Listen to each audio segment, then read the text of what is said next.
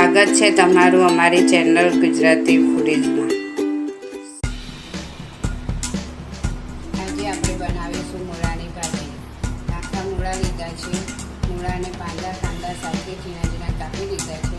તેને ધોઈને કોરા કરી દેવાના। હવે એક કઢાઈ લીધી છે, તેને ગેસ પર મૂકી અને ચાલુ કર્યો ગેસ। હવે તેલ મૂકીશું જોઈતા પ્રમાણમાં।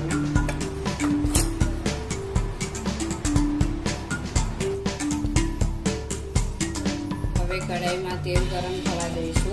पछी तेमां चपटी मीठું નાખીશું અને જીરું થોડું ગરમ થઈ જાય, તતડી જાય પછી તેમાં હિંગ નાખીશું। પછી લસણ નાખીશું। લસણ થોડું લાલ ગુલાબી રંગનું થઈ જાય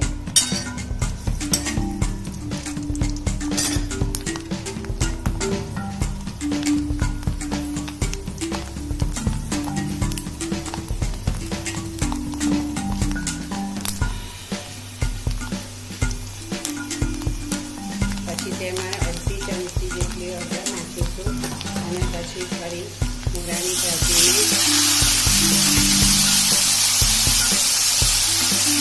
કઢાઈમાં મૂકી ફરી જોઈતા પ્રમાણમાં મીઠું નાખવાનું।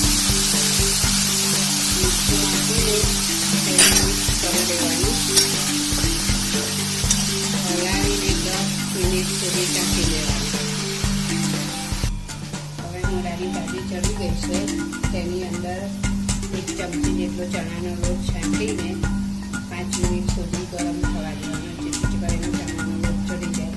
અને જો સૂકું મરચું જોઈતા પ્રમાણમાં જેવું તીખું કરવું હોય તેવું નાખવાનું।